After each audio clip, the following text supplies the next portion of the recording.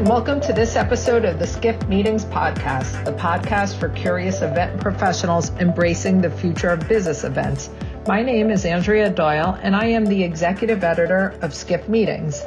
In this episode titled Nashville Booms with Music and Conventions, I have the pleasure of speaking with Deana Ivey, President and CEO of the Nashville Convention and Visitors Corporation.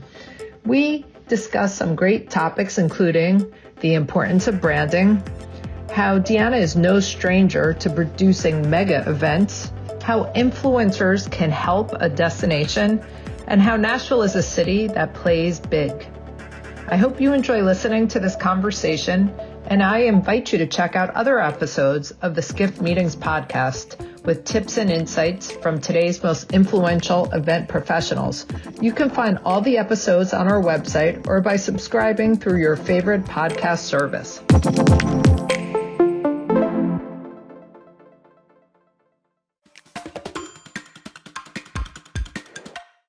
So if you wouldn't mind introducing yourself, that would be a great way to get started. Okay. Deana Ivey, President and CEO of the Nashville Convention and Visitors Corp. Well, thank you so much for joining us today. I really appreciate it. And you have been with the Nashville Convention and Visitors Corp since 1997. When did you become the CEO? And can you share with us a bit about your journey to the top? Sure. Yeah. I actually just became CEO July 1st. So it's new. Congratulations. Thank you. Yes, I'm going on my 26th year. So it's new, but not new. I started as the first marketing person here, which is pretty funny to think about now. My title was actually Director of Internal Marketing, whatever that means. We were trying to figure it out at the time. And it was to promote all of our attractions and cross promote the attractions with each other. And the first thing I did, it was a combo ticket that we sold. You know, it was called Pick 3, and it had about 10 attractions on it. You pick 3 for a low price, and it is still going on today. And we make several hundreds of thousands of dollars a year on that ticket. So I guess that internal marketing title worked. But I went from there to just taking over different parts of the organization, or starting in internal creative department. We do everything in-house, all the creative, and then started an events department, and we do big events. We produce New Year's Eve and 4th of July for the city, which are huge, and about 150 other events throughout the year. And then we started membership.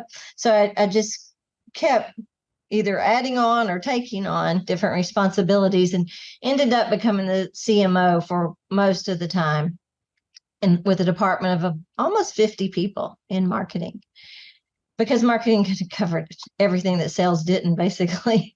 And went from CMO to executive vice president, and then president last year for about a year and a half. I was president before I became CEO.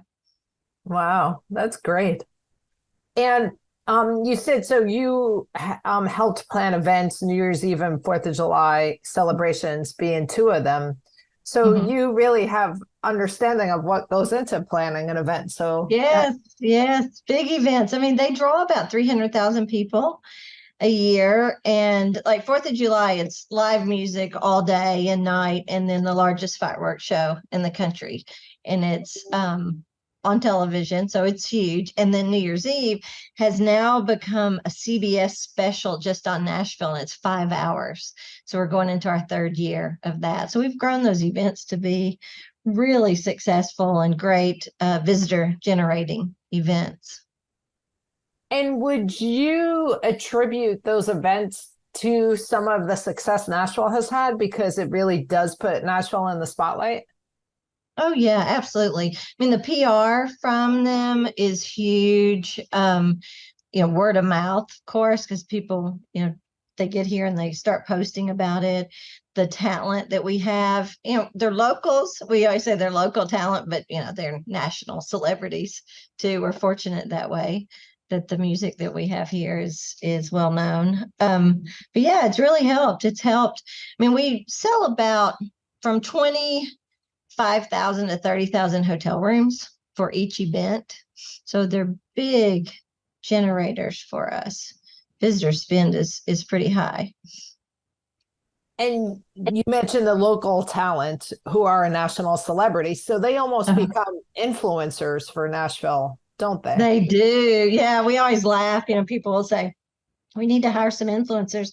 I'm like, we have a city of influencers. I mean, that's who lives here, and they all have great social media and great reach. And they love Nashville. They talk so, kindly of Nashville and promote Nashville when they don't even realize they are. They're just talking about how much they love their hometown. Oh, that's great. So, yeah, we're very fortunate that way. Like Saturday night, we had a big soccer game, and Reese Witherspoon and Nicole Kidman were there, and they were posting about it. They were together, and they were posting about it. And we're like, that's great PR for us. Oh, wow. It makes people go, oh, I want to come to Nashville and go to a soccer game. I might see them. Oh my gosh, that is amazing. So there are some people that wouldn't understand exactly what Convention and Visitors Corporation does. So my question is, how do you explain to friends and family what you do? It's not easy.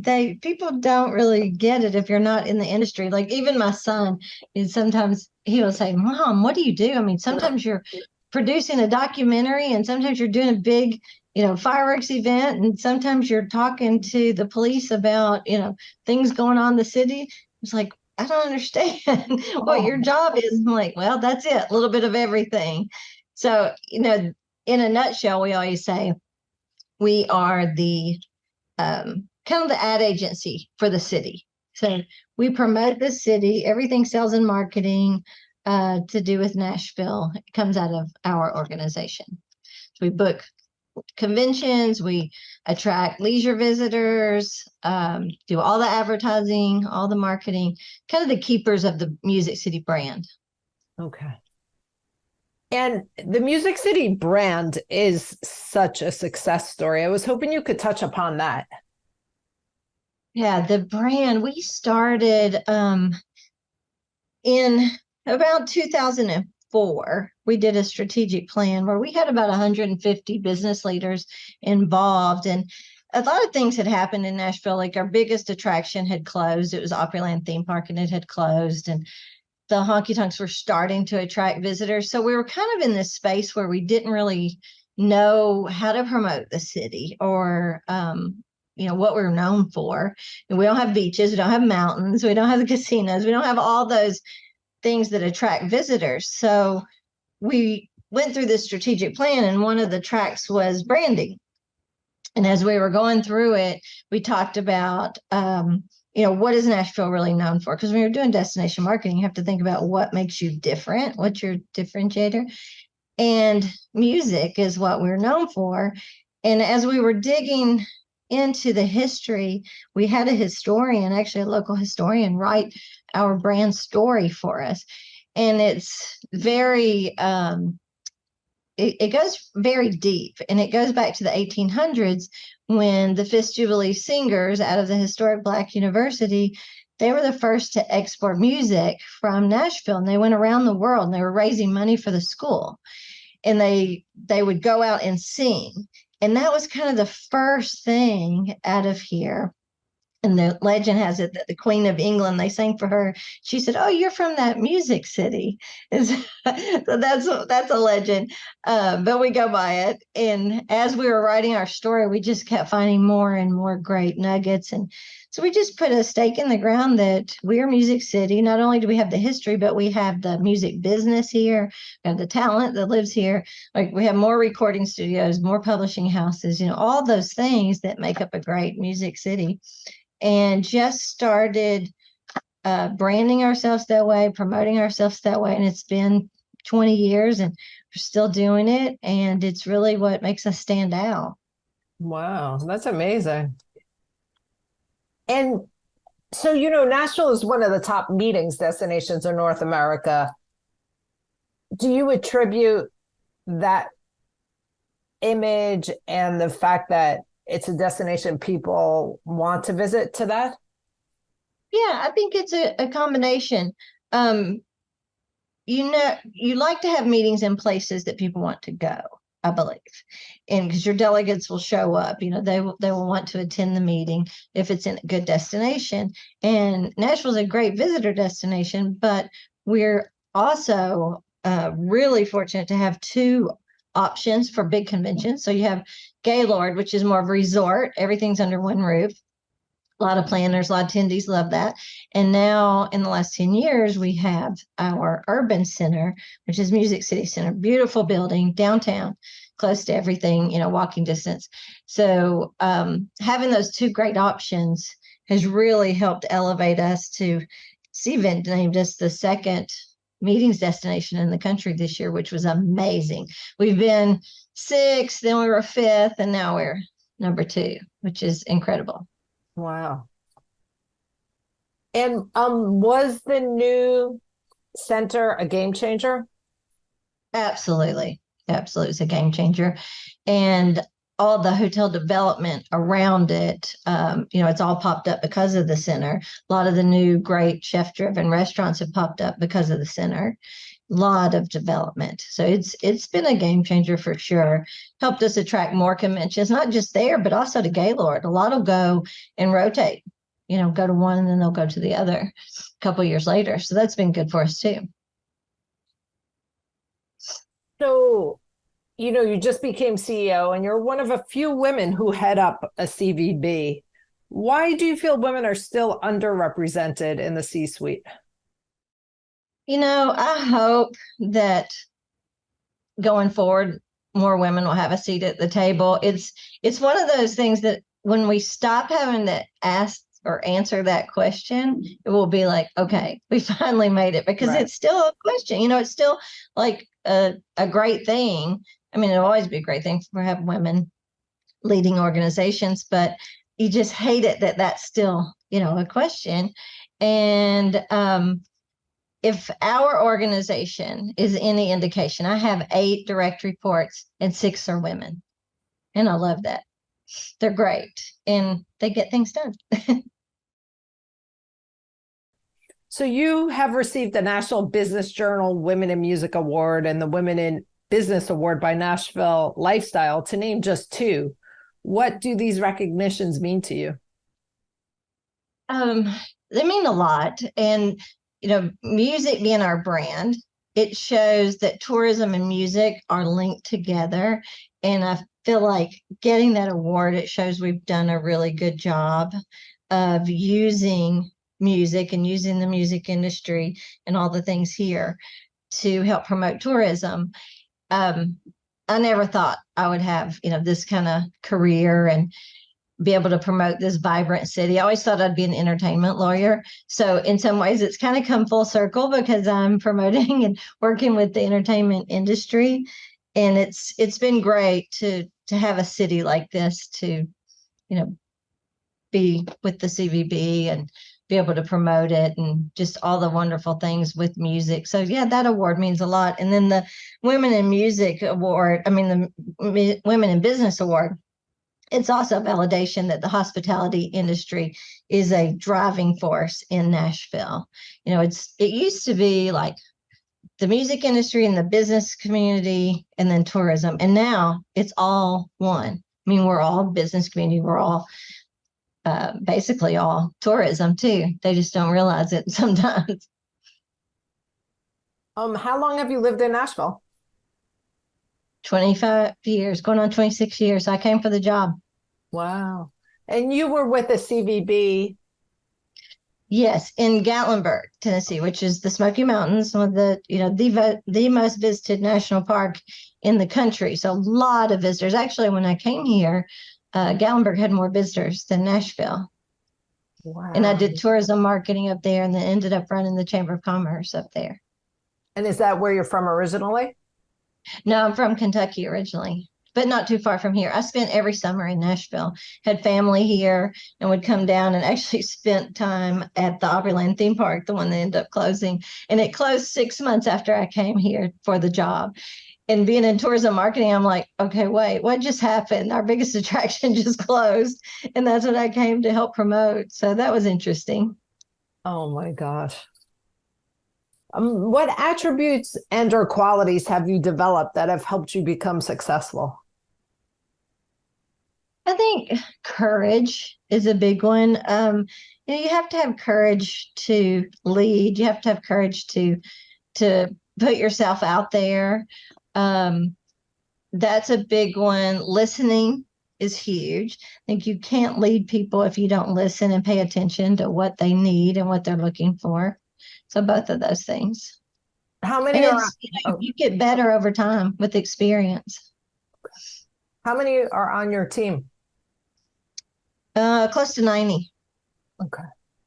Yeah, And close to what attributes or qualities have you developed to become a successful leader?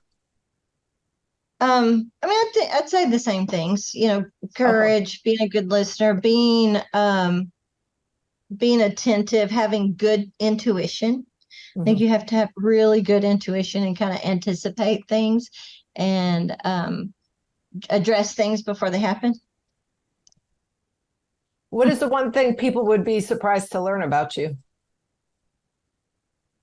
Probably that I'm an extroverted introvert.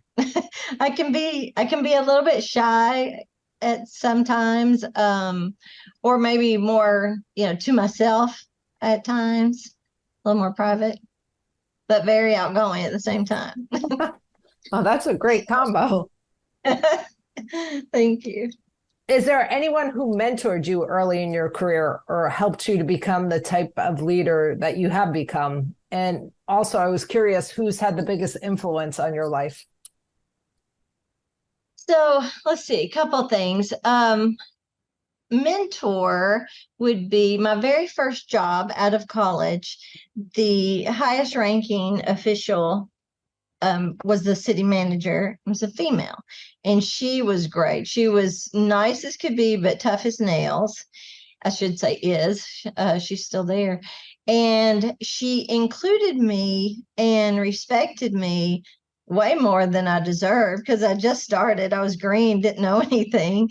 And she was always so supportive and so interested in what I was doing and asked my opinion in meetings. And I've never forgotten that. And I try to treat people the same way, especially some of the younger ones in, our organization or other organizations that are coming to meetings, just so they know that, their opinion matters and they're valued. So that was huge influence and very helpful. And then there's been a couple of people that have really made a difference. My sister's one. I have an older sister. I have two older sisters, and they're great. One was more career driven, and she kind of paved the way for me. Watched her a lot and learned a lot from her. Learned a lot from our former CEO, Butch Spearden. He was great. I've worked with him 25 years and one of the smartest marketers that out there. So I've learned so much from him and really appreciated, how he trained me and set me up for this job.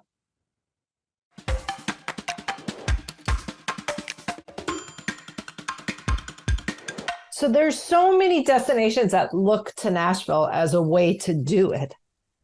And I mean, you have all the ingredients in place for successful conventions. Do you feel marketing has been a big help? Huge help. Huge help. We always say that marketing is like the starting pitcher and sales is the closing. They come in and seal the deal. But if you don't have marketing to set it up and make your destination attractive or show people what you have to offer, it's hard to sell. It's hard to go out there just on your own. So yeah, marketing is a huge part of it. And then I guess like we talked about, the Music City brand has helped a great deal as well. Yes, absolutely. I mean, we live and die by it. And it's all about, the brand is not just music. It's about being authentic and being a welcoming city, being a friendly city. We've been named one of the friendliest cities in the country year after year.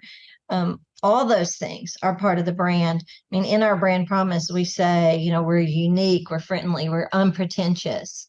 all those keywords are authentic. They're very important to us. And anything that we're doing, we look at it through that lens of the Nashville way.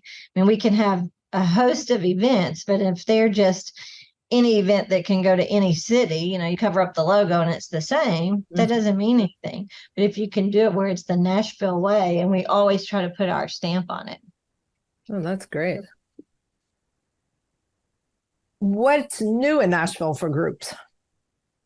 Oh, a lot of new things, a lot of new product, a lot of new hotels. I mean, we've opened 6,400 rooms in the last few years. We have 2,000 more to come. A lot of luxury product that we didn't have before, like Four Seasons just opened. We have a Ritz-Carlton that is about to break ground. We have Joseph, a One Hotel, some really great hotels. We have a new National Museum of African American Music. And some people will say, wow, why is that Nashville? And it's like, well, it's where the music's coming from. So we were working on that for about 20 years, and then it finally opened, and it's a fantastic museum. And do they do restaurants? Do they do offsite events at the museum? Mm-hmm. Yeah, it's a great museum for events. It has a little theater in it. Do you feel there's ever going to be a point where you have too much tourism and too many convention groups? Like, is that a balancing act? We'll have too many groups. We have a lot of demand, and we don't have enough dates or space for them. So we'd like to have a bigger center, honestly. Sometimes you see these destinations that talk about over tourism or too much tourism. I don't like that word, over tourism. I think manageable tourism is important. And that's one thing we're working on, is managing our growth. We've had explosive growth. So we want to manage it and have, continue to have a safe destination, a clean destination. All those things are important. And what I keep saying is our locals and our visitors want the same thing. They want a clean, safe place to go with lots of great attractions and restaurants and, nice places to visit. Okay, great. What do you feel the future holds for the meetings and conventions industry? It's interesting. We've been talking a lot about AI and how that can change things.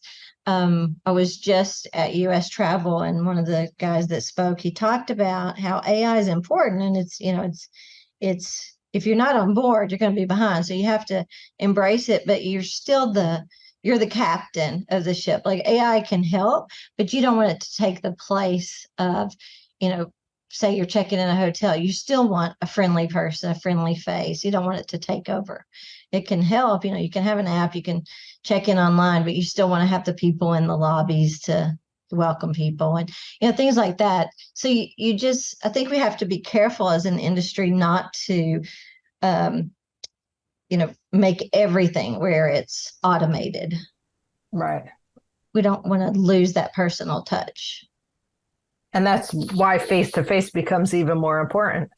Yes. That's why we continue to say how, meetings is so important in person. You can have Zooms like we're having, but you just don't have that connection when you can't get together sometimes. Right.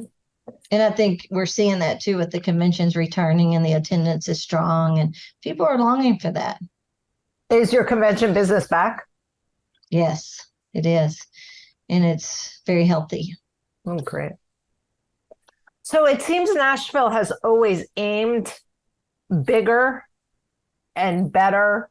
And it seems you're a city that's always played bigger because of the music and the celebrities. Mm-hmm. Do you agree with that? Yes, and thank you for recognizing that.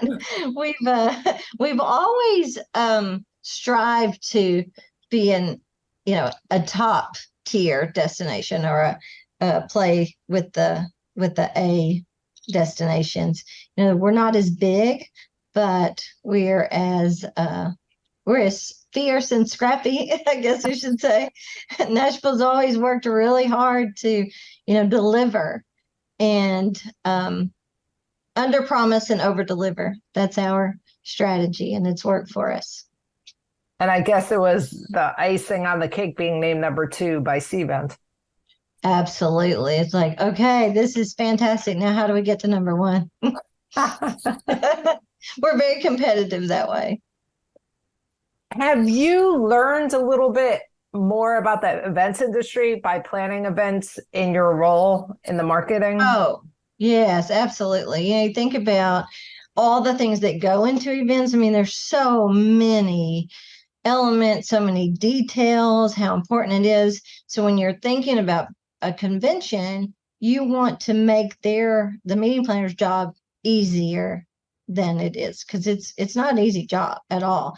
And I mean, we all know that, but we really know it because we do those same kind of details with our events. So anything we can do as a CVB to make a meeting planner's job easier, we're going to do it. Whether it's helping them plan their transportation out or their offsite events. We do a lot of events for conventions just to make it easier for them. We book talent for them. There's a number of ways that we can help to make it a successful convention. Anything I haven't asked you about the meetings and conventions industry that you think would be interesting for our listeners?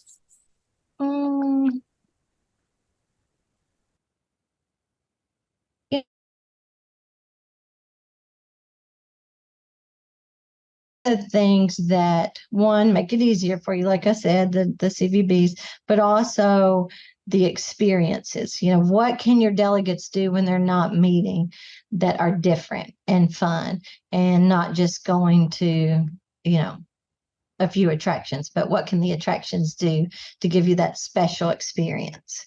And Nashville delivers on those kind of experiences. Okay, great. So we always end our podcast by asking who you feel we should have on the next one, and what would be one of the questions we should ask?